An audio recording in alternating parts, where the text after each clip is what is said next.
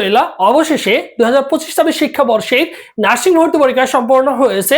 বিগত কয়েক বছরের তুলনায় এবছরে নার্সিং ভর্তি পরীক্ষার কোশ্চেনটা তুলনামূলক অনেকটা সহজ ছিল। সো সেই ক্ষেত্রে এবছরের কাটমারটা কেমন হতে পারে এবং মাইগ্রেশন সিস্টেম কিভাবে কোন ধাপে তুমি নরমাল কলেজ থেকে কিভাবে ভালো কলেজে চলে আসবা, যেহেতু 5টা ধাপে এখানে ভর্তি কার্যক্রম হয়। সো প্রত্যেকটা ধাপ প্রত্যেকটা স্টেপ তোমাকে সুন্দর করে বুঝিয়ে দিব এবং তুমি বেসরকারি নার্সিং কলেজে কত মার্ক পেলে চান্স পাবা, কেন তুমি বেসরকারি নার্সিং কলেজে ভর্তি হবা। সো এই সকল বিষয়গুলো নিয়ে আলোচনা করব, অত্যন্ত গুরুত্বপূর্ণ। এবং মাইগ্রেশন সহ যাবতীয় আপডেট পেতে অবশ্যই ভাইদের ইউটিউব চ্যানেলটি সাবস্ক্রাইব করে রাখবা, যাতে কোনো মতে তোমার কোনো কিছু মিস্টেক না হয়। বিগত বছরে কিন্তু অনেক ছেলে মেয়ে কিন্তু এগুলো মিস্টেক করার কারণে কিন্তু তাদের কিন্তু চান্স হয় না। সো অবভিয়াসলি তুমি কি করবা, অবশ্যই এই তথ্যগুলো পেতে অবশ্যই ভাইদের ইউটিউব চ্যানেল সাবস্ক্রাইব করে রাখবা, যেহেতু মূলত নার্সিং সেক্টরটা নিয়ে কাজ করি। তাহলে দেখো, নার্সিং ভর্তি পরীক্ষা 2026 কাটমার্ক, ঠিক আছে? এই কাটমার্কটা তার আগে আমরা জানবো যে আমাদের রেজাল্টটা কবে প্রকাশ করবে। এই রেজাল্টটা প্রকাশ করবে, রেজাল্ট প্রকাশ 2 থেকে 3 দিনের মধ্যেই তোমরা কি পাবা, 72 ঘন্টার মধ্যে ইনশাআল্লাহ আশা করা যায় যে নার্সিং রেজাল্টটা কিন্তু প্রকাশ করে থাকে। বিগত বছরগুলোতে একই টাইমের মধ্যে কিন্তু রেজাল্টটা প্রকাশ করছে। এরপর দেখো মাইগ্রেশন।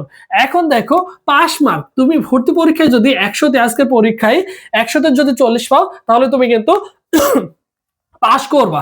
আর এই পাস মার্কটা করতে পারলে, এই 40 যদি পাও, তাহলে তুমি কিন্তু বেসরকারি কলেজে ভর্তি হওয়ার জন্য মনোনীত হবা। বিষয়টা ক্লিয়ার? তুমি সরকারিতে চান্স পাও বা না পাও সেটা হচ্ছে পরের কথা, সেটা তুমি কিন্তু চাইলে বেসরকারি কলেজে ভর্তি হতে পারবা। এরপরে দেখো এই যে মাইগ্রেশনটা নিয়ে কথা বলার আগে আসে কাটমার্ক। এখন দেখো এই যে বিএসসি নার্সিং, এই বছর তোমরা যারা বিএসসি নার্সিং পরীক্ষা দিছো, সেখানে আমার কাছে ব্যক্তিগতভাবে মনে হয়েছে 68 থেকে 70-এর কাছাকাছি তোমাদের কাটমার্কটা হবে, ঠিক আছে? কাটমার্কটা 68 থেকে 70-এর কাছাকাছি হবে। এরপর ডিপ্লোমা নার্সিং এর কাটমার্কটা দেখো 70 প্লাস হয়ে যাবে, 70 প্লাস হয়ে যাবে তোমাদের হচ্ছে ডিপ্লোমা নার্সিং এর কাটমার্কটা। এরপর দেখো মিডওয়াইফারি নার্সিং এর যদি কথা বলো, তোমাদের মিডওয়াইফারি নার্সিং এর কাটমার্কটা 67 থেকে 70-এর কাছাকাছি হবে, বুঝছো? এইরকমটাই হবে, 67 থেকে 70-এর কাছাকাছি হবে। 67 থেকে 70-এর কাছাকাছি তোমাদের মিডওয়াইফারি নার্সিং এর কাটমার্কটা হবে। যে যাই বলুক, ঠিক আছে, যে যাই বলুক, ভুল কিন্তু অনেকেই করে আসে। তুমি এখন পরীক্ষার কোশ্চেন গুলো সলভ করতে যাও, যতই সহজ তোমার কাছে মনে হোক না কেন, দিন শেষে যা দেখবা যে ওরকম 18-20টা 22-25টা তুমি কিন্তু অলমোস্ট ভুল করে চলে আসছো, অনায়াসেই চলে আসছো। তাই হতাশ হওয়ার কোনো কিছু নেই। এইরকম রেঞ্জের মধ্যেই তোমাদের কাটমার্কটা থাকার সম্ভাবনা সবচেয়ে বেশি রয়েছে। এটা কি হতে পারে, 2-1 মার্ক এদিক সেদিক হতে পারে, তবে এরকম হওয়ার সম্ভাবনা সবচেয়ে বেশি রয়েছে। যে যাই বলুক, অনেকেই বলবে যে 75, অনেকেই দেখা যাবে বলবে যে 80 হবে।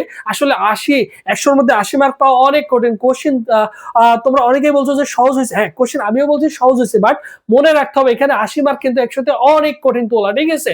তোমরা দেখো তোমাদের যে চান্স মার্কটা এইরকম রেঞ্জের মধ্যেই থাকবে, সর্বশেষ কাটমার্কটা, ঠিক আছে?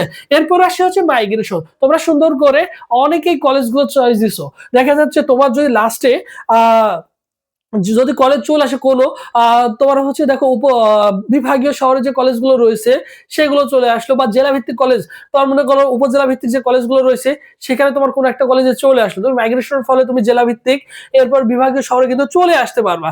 সো মাইগ্রেশনের যখন যে অপশনটা আসবে তোমার পরবর্তীতে কিভাবে কি করবা, মাইগ্রেশনে তোমার 5টা কলেজ চয়েস দেওয়া যায়। কয়টা কলেজ ভাইয়া? 5টা কলেজ তুমি কিন্তু মাইগ্রেশন করতে পারবা, ঠিক আছে? এটা ভার্সিটির মতো না। তুমি যখন মাইগ্রেশন থাকবে, তুমি নার্সিং যতগুলো কলেজ চয়েস দিচ্ছ তার উপরে থেকে যে কোনো 5টা কলেজে তুমি কিন্তু চয়েস দিতে পারবা। কিভাবে দিবা এই জিনিসগুলো পরবর্তী তোমাকে সুন্দর করে বুঝিয়ে বলবো।